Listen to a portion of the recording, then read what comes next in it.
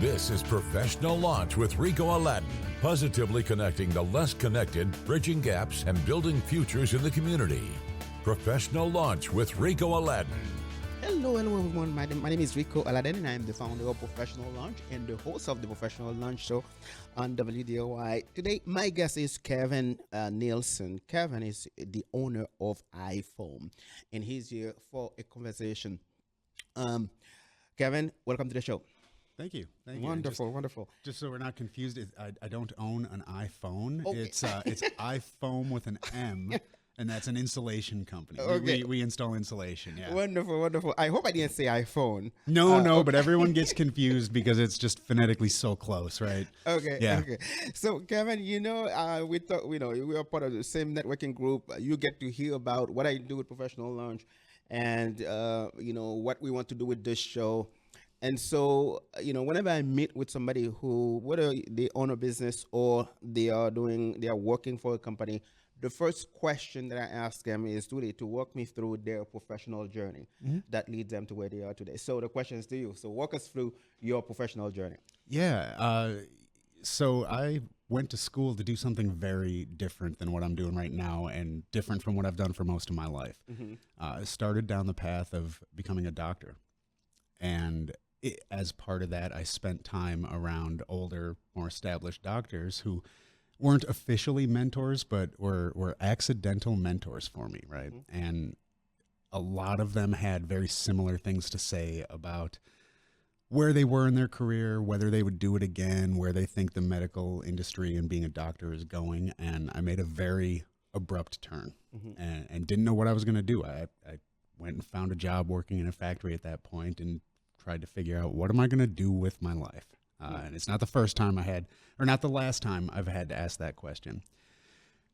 Shortly after that, I did start working for BNSF, one of the major railroads here on the west half of the country, for those that don't know. And that was a very valuable experience for me. Took me from being a frontline supervisor up to essentially running an entire subsidiary that they owned almost on my own. And there was some official mentor relationships there. It's also a company that really valued investing in their people and training, and an invaluable experience. That ended for me in 2020, in fact. And it was just where I was going in that company, and what they had in mind for me didn't match what I had in mind for myself. And so after talking with my wife, and said, let's leave, let's find something different. And so again, I was sitting around going, what am I going to do with my life? And took some experience that I had from that job and went into working in the tech industry, worked for some tech startups and built essentially field services for them, for young companies that didn't have a field service department to begin with. And everyone working for tech companies likes to think that they're working for a pre-IPO Google, right? And as it turns out, most of us are actually working for a pre-IPO Netscape. And the company I was working for just didn't make it and went out of business late last year. And as I again had the opportunity to think about what I wanted to do going forward, I looked back at where I've been and the millions of dollars I've made for other people and the experience I'd had, and said, I'm not happy with where I am. And I want to take what I know, what I've done, and put it to work for myself. And I didn't know exactly what business that was going to be. I think the most important thing for me was the chance to manage a team, right? Bringing people along, helping people become successful. That is where that's where my success has come in the past, is helping other people. So started working with a franchise consultant and exploring multiple different options of what I could or would do. And this, where I am now, felt like the right fit. Similar employees to what I've managed in the past, a lot of technical overlap with experience I've had, but just the chance to come in and help innovate an interesting industry and work with people, work with a team. Wonderful, wonderful. So I have probably quite a few follow-up questions, because one thing I'm realizing from your journey is how the path that you have taken, from wanting to be a doctor to working for BNSF. Yeah, that's the orange locomotives if you see them around, right?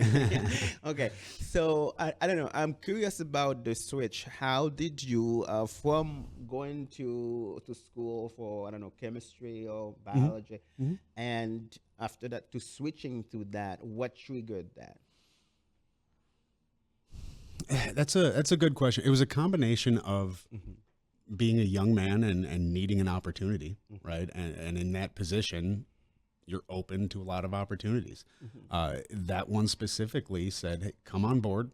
We're going to teach you how to be a frontline supervisor, and we're going to invest in you as future management, future leadership in our company. And personally, I go, look, I can learn this. I can get over the technical knowledge. I can get the skills I need to have. But here's a large company that's saying, we're going to invest in you as a future leader. And that sounded like an ideal direction to go, at that stage of my life. Wonderful. So they invest in you now. You go to this company, you spend 10 years with them or so. More than that, yeah. Oh. I think it was like 17 almost years. Yeah, Almost yeah. 2 decades Yeah. with them. And so during those time, how did you behave yourself or discipline yourself to really take in the investment that the company is making in you to become in a leadership position, or to grow within the company? Yeah, it's an interesting question, and I'll be honest with you here. As a young man, I didn't always take the right path. Right, sometimes it was learning the hard way, learning from mistakes. And in fact, one of the most successful positions I found myself in there was almost a job where you felt a little out of the way. Like maybe they were putting you over here because you weren't ready for something else, or maybe they were putting you over here because you didn't get along with a certain manager where an opportunity was. And I was a little frustrated with where I was going, but because of how I was able to work with the employees there, with the team there, and bring my natural curiosity and desire to just make things better, because that's something that I do bring with me. We took an entire fleet of cars specializing in refrigeration, food transport. And when I took that job, there was always the question, are we even going to keep this department? Are we even going to keep this sector of business around? And when I left that job, it was wildly successful. The team had grown. The people that worked for me were more successful. The business itself was more profitable. The customers were happier. And it is because I learned things the hard way before I got there. That sometimes that's how you learn best. So how would you encourage a young professionals who's working, maybe they just get their first job and then they make a mistake? What would you suggest to them when they feel like they make a mistake? What should be their behavior toward their boss with the mistake? The short-term answer is own it. Yep. Don't hide it. But yes, I made a mistake. Don't just come with, yes, I made a mistake. Come with, yes, I made a mistake, and here's the plan to fix it, right? It's ownership, and that's important. The other thing that I think is a huge secret for young professionals, because when I was there, a young professional wants to say, I have this skill, I have that skill, I have this certification, I've worked in this position, and those are important, but that's the price for entry. The most important skill that you can work on as a professional is the same skill that you worked on in recess in school, and that is, how do you carry yourself? How do you manage? How do you contribute? How do you live in a way that convinces other people they want to play with you?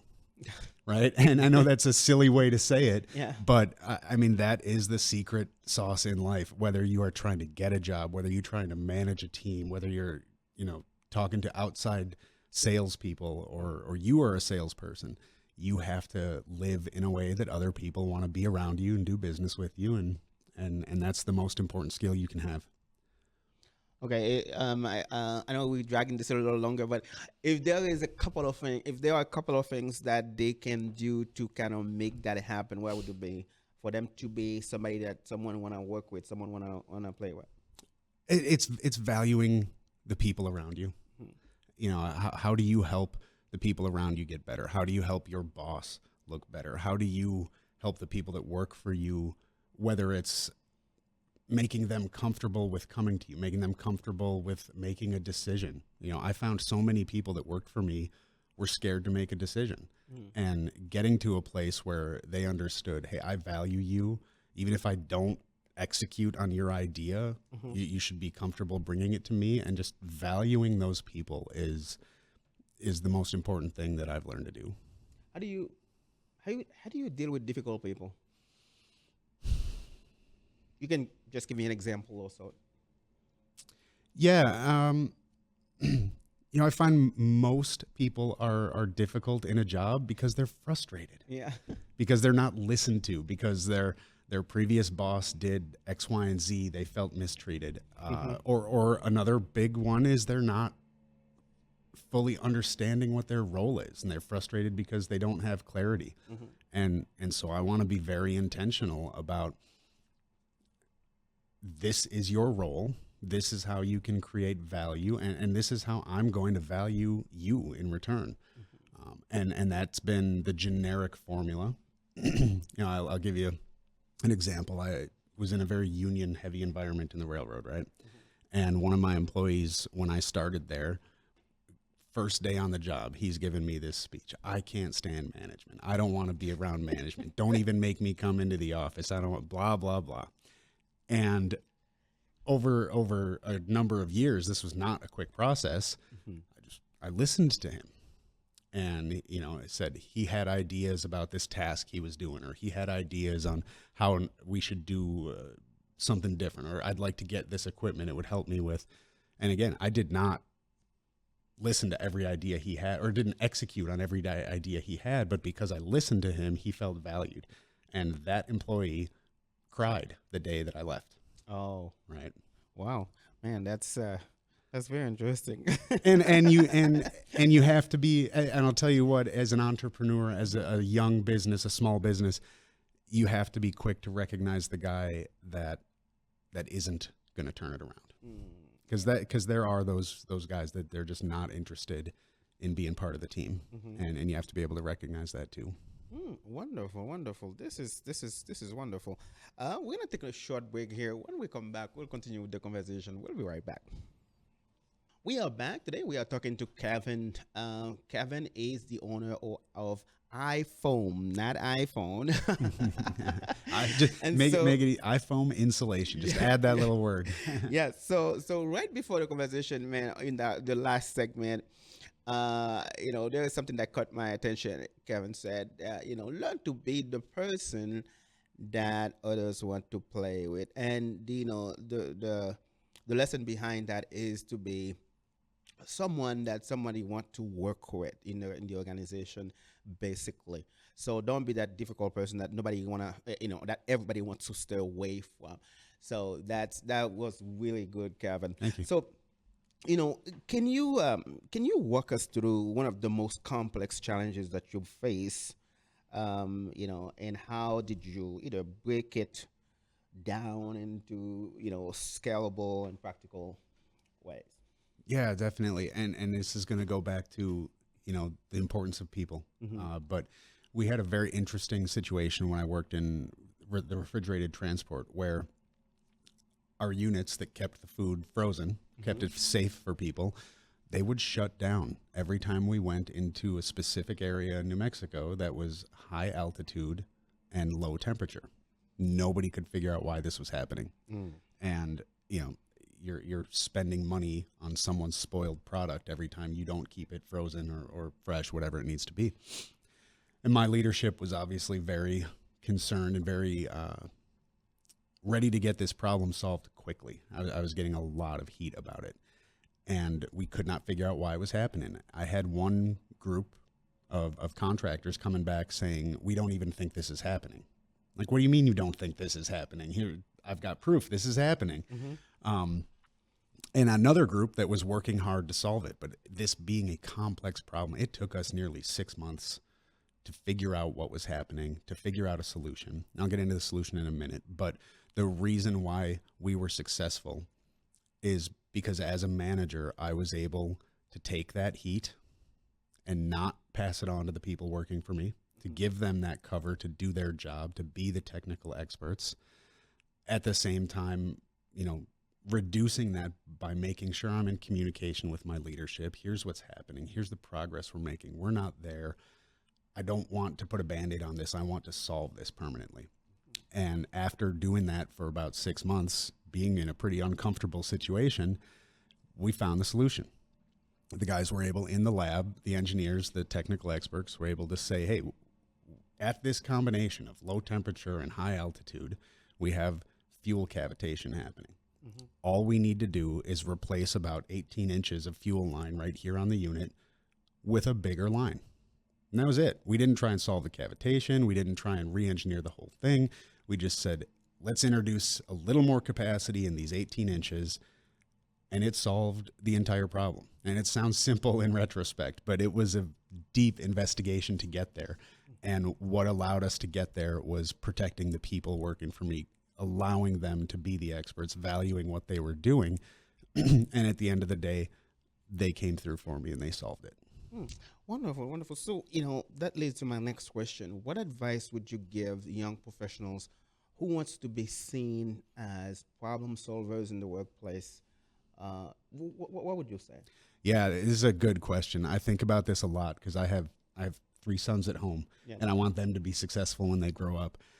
And if I could boil it down to 2 things, stay curious. And that's harder than it sounds, right? Because it takes energy. Some people are more naturally curious than others, but stay curious, ask questions, dig. And one of the other half is, and this is one of the questions you always have to be asking, is how can I make this better? And again, thinking and communicating to my kids, even if you're only 5% of the problem, if you're only 5% of the issue, you can still make it 5% better. Wonderful. Stay curious and ask, how do I make things better? Wonderful. So how do you empower team members who are maybe new or hesitant to speak up? What do you tell them? You've got to build trust, and you cannot do that overnight.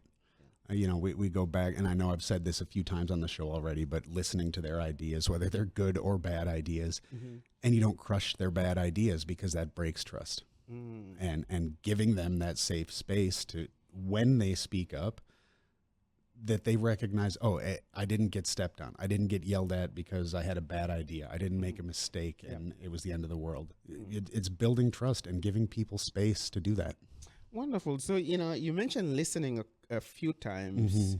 And so what role does listening play in your leadership style? I don't know that I've ever met a person in my life that doesn't value being listened to. We all want to be listened to. Yeah. We want to feel important.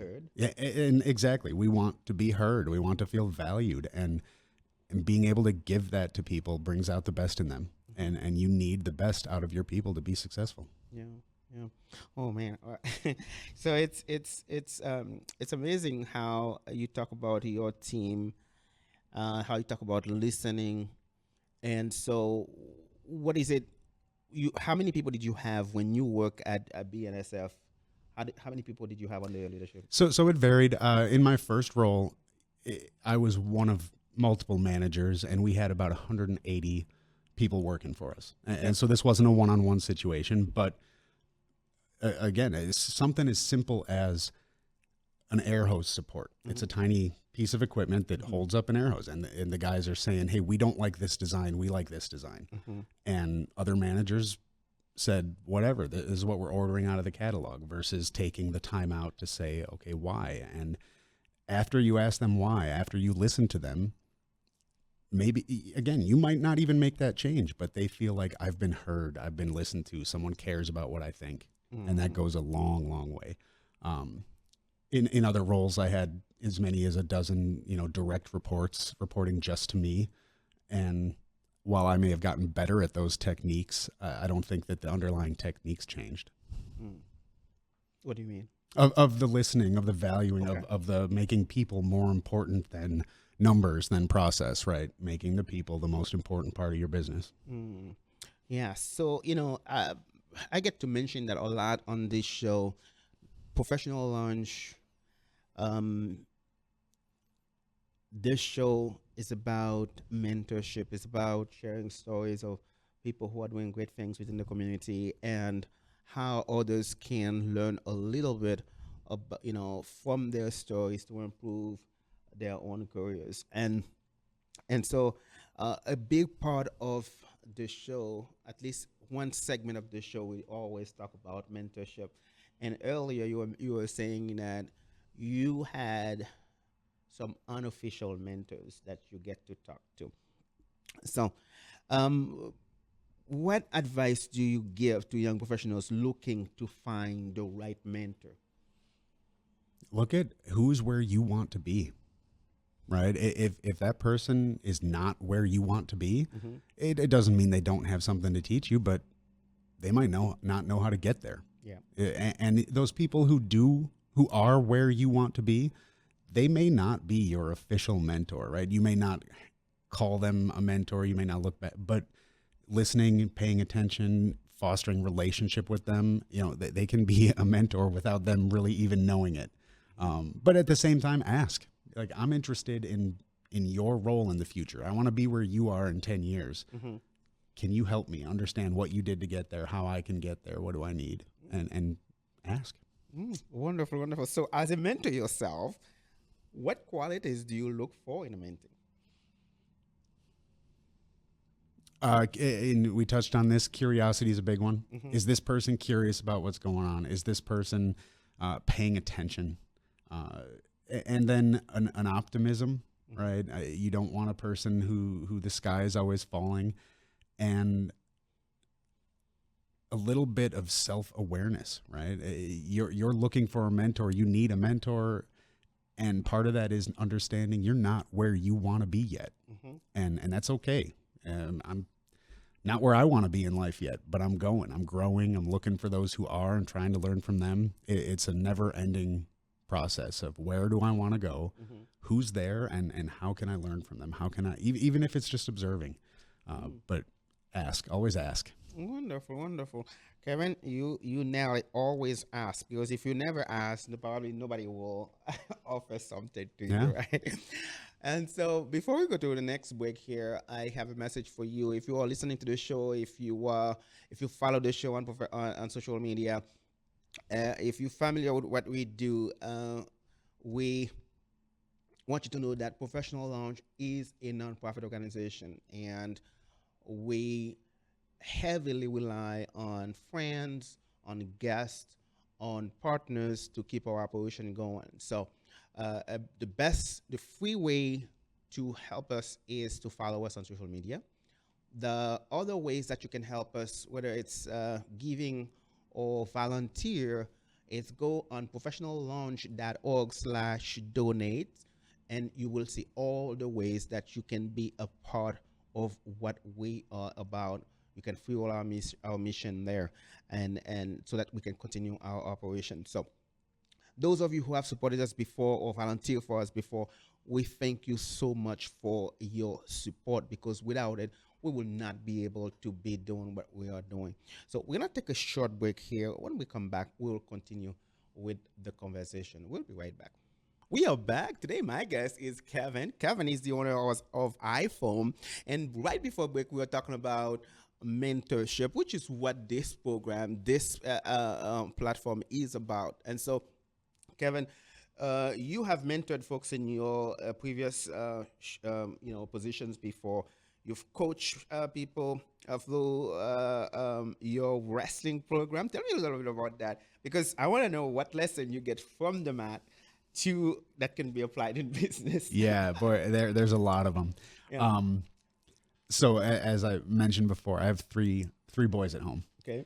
And all three of them are wrestlers, and we've got a lot Wow, of you are protected. You have like the whole little set of bodyguards. yeah. No, that's for sure.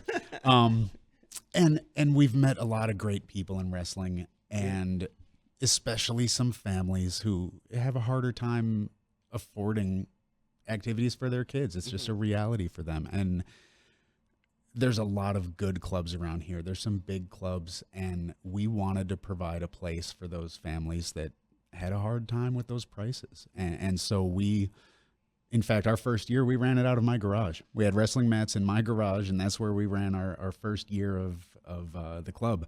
Really? And we did that so that we could keep our prices low and keep it accessible to everyone. And that was something that was important to us. Some of the lessons you learn from wrestling that apply to real life, I would say the first one is it's uniquely an activity that you can become successful through hard work. You know, you think about an NBA player, and you can work as hard as you want, but you might never be 7 feet tall. And in wrestling, the guys who work hard are the guys who make it to the top.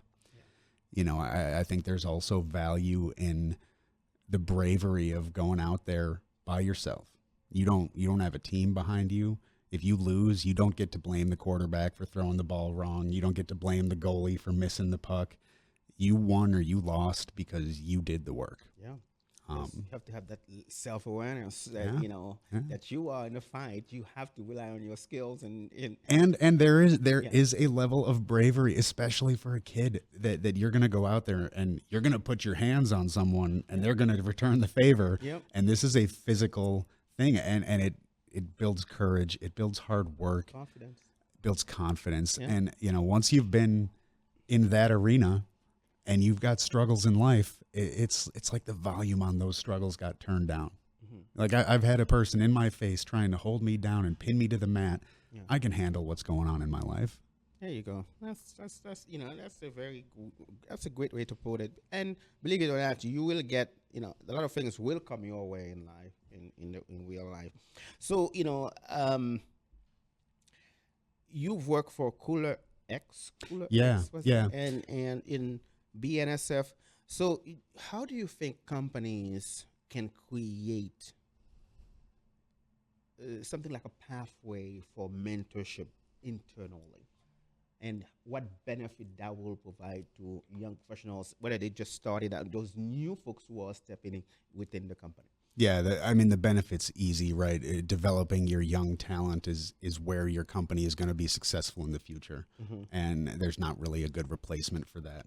It's hard because everyone has their daily grind. Their email never stops going off, their phone never stops ringing. They have tasks and deadlines and budgets, and you have to be intentional about it, and it comes from the top at that point. If your leadership doesn't see the value there and doesn't intentionally create the space for that mentoring activity, it's tough. But look for that company. Look for that company that values that development, that up front they're going to tell you, we want to provide growth for you, and not just promotion growth, but actual personal growth and leadership growth. And it's a culture thing.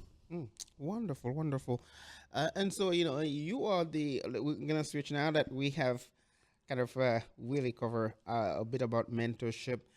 We have to give sometimes to what you do now. Currently you are the owner of iFOAM. For people who do not know what that is and how it can serve them, why don't you tell them a little bit about that? Yeah, so we're an insulation company. It sounds like a rather boring idea, and I suppose at some level it is. We're insulating buildings. We're protecting them from the heat in the summer and the cold in the winter. One thing that we are focusing on going forward is spray foam. It's a technology that's been around since at least the 1960s, but it's not widely adopted in the building industry right now, partly because it's more expensive up front than other traditional solutions. As building codes are getting more stringent, as energy efficiency is becoming more valued, right, spray foam is going to become a part of the mix, and we want to be in front of it. That said, we do provide all of the other traditional solutions as well. Wonderful. So you said that it can get a little more expensive at first. So how did that level up when somebody make the Yeah. initial No, investment, and how great question. that can help them in the future. Pretty widely accepted number across the industry is you're going to save up to 40% on your energy usage with a modern spray foam design as opposed to a traditional design. And 40% energy savings, that affects your utility, that affects your comfort, that affects the building performance all around. If you're building new, it can mean you spend less money on an HVAC system. You spend less money on certain types of materials. So it's not cut and dry, just more expensive. It's just more expensive if you compare it to the blow-in fiberglass or traditional bats, right? Okay. So, but it does bring more value than Yeah, other absolutely. methods Absolutely out it there. does. Yeah, and as building codes get more and more strict, I think it's going to be required. You're not going to meet those requirements without spray foam being part of your package. And Okay. So earlier you said that not many people know that it's either existed, or what's the deal? it's not that it hasn't been that they didn't know it existed. It's just when you're working with the building codes we've been working with for the last 40 years, you don't have to do it. Right? You can meet your standards with the traditional solutions, and that's where I think we're moving into a place where you're not going to be able to meet those standards with traditional solutions anymore, at least not easily. And that's where we want to be the premier provider of that going forward. Okay, wonderful. So what's one lesson that you have learned from? What is something that you have learned from working for other folks, for a company like BNSF, and now owning your own company? What are some of the differences or the similarities between the two? Yeah, I'm going to steal one from Elon Musk here, who's had far more startups than me and been more successful. But he describes a startup business as staring into the abyss while chewing glass. That was the way Elon described it. That's a bit extreme, but And it's hard. It's very hard, and everyone's going to tell you going into it it's hard, and they're not going to tell you enough. It's a different level of stress. It's a different level of responsibility, right? I don't just think about myself now when I go out and make decisions. I'm thinking about my employees. They feed their family because of what I'm trying to do, and I take that very seriously. At the same time, the rewards are better, right? You are going to take on that stress. You're going to take on this lifestyle, and if you can, if that is something that sounds exciting to you, jump. Don't wait. I mean, I wish I would have gone in younger. I waited longer than I wish I would have. Well, you waited, but you always say the time that you did it, probably that was the right time. That is true. When the time knows when it's time to go. Yeah. So, James, we have time for another break here, right? All right. So we're gonna take another short break here, but before we go to break, I want to remind everybody, Professional Launch is a nonprofit organization, and we heavily rely on friends, on folks, on partners, on guests who happen to see firsthand what we are doing in Professional Launch, to support our mission and help us keep our operation going. So we thank you so much for supporting us and keeping us going. So we're going to take a short break here. When we come back, we'll continue with the conversation. We'll be right back. We are back today. My guest is Kevin. Kevin is the owner of iFOAM. And so, Kevin, right on break there, we were talking about this. You have 3 sons. Yeah. And you own your own company. So a full career. So how do you balance, family, leadership, and community work? And I'm more curious about, does the wrestling stop on the mat, or do the boys always, the wrestling continue when you get off work and so on? With each other and with dad and no, 3 boys is a lot of energy. Yeah. It's a lot of energy. It's fun though. Some days you just have to lean into that chaos. Yeah. Right now they're still pretty young, so they can't pin me just yet. I'm sure that day's coming, but I got a few years before that happens. Yeah. And it is another good example of something I try to teach them in life, and that is there's times and places for things. Yep. Right? Yeah, we're gonna get on the mat and we're gonna be wild and we're gonna be loud, and it's not always time for that. Mm-hmm. And it's a struggle some days, because there's days where they think the living room's the wrestling mat, right? And mom's had enough. Mom is done dealing with the antics of the day, and they aren't done getting their energy out. And I don't think it's a unique struggle to my household, but it just is. It's try and take things as a teaching moment, right? So how would you tell in a more professional way, how do you suggest that others balance those, family time and, professional? Yeah. Work, the buzzword for a while was work-life balance, right? Yeah. And I think we get pulled into a trap where that means I'm off of work and home every day by 5:30. And, I don't have to answer emails late at night. And there's a part of that, but in reality, that's not what work-life balance has meant to me. I think you have to take a longer view. What work-life balance to me means, like, this week, maybe this is a great week and I get to be home in the evening with my boys, or maybe even get to be home in the afternoon a little bit. And next week, maybe just absolute pedal down, working late every day, and it's 12, 14, 15 hours. Yeah. And if you take a longer view of work-life balance, I think you can find it. I think you can find a healthy place to be. But you have to have that understanding of, today's a day where I've got to be answering emails at 8 p.m. Today's a day where I've got to catch up on budget, or catch up on estimates, or whatever, working late into the night. And then when the week is nice and you don't have to do that, enjoy it. Be in the moment, and that's another one that I try and bring into my life as much as possible, is be in the moment. Wonderful. So I always say that, based on the conversation that I've had with many people, they always say that, work-life balance looks different for different people. Yeah. And that's something that I come to believe. And for me, it looks completely different. For others, I don't think everybody will have the same, thing when it comes to work-life balance. So, and another just a piece to add on to that is, not everyone is trying to get to the same place. Yeah. Right? Work-life balance for a person that wants to be the CEO of a huge company looks different than the work-life balance of someone who wants to be with their kids every day and wants to raise, it doesn't mean the same thing to everyone. Wonderful. So we have about 1 minute and 20 seconds for the final question. This show is about advice for young professionals. So what general advice that you might give someone who is just starting at a company, or someone who is, looking for work, or what advice do you have for young professionals?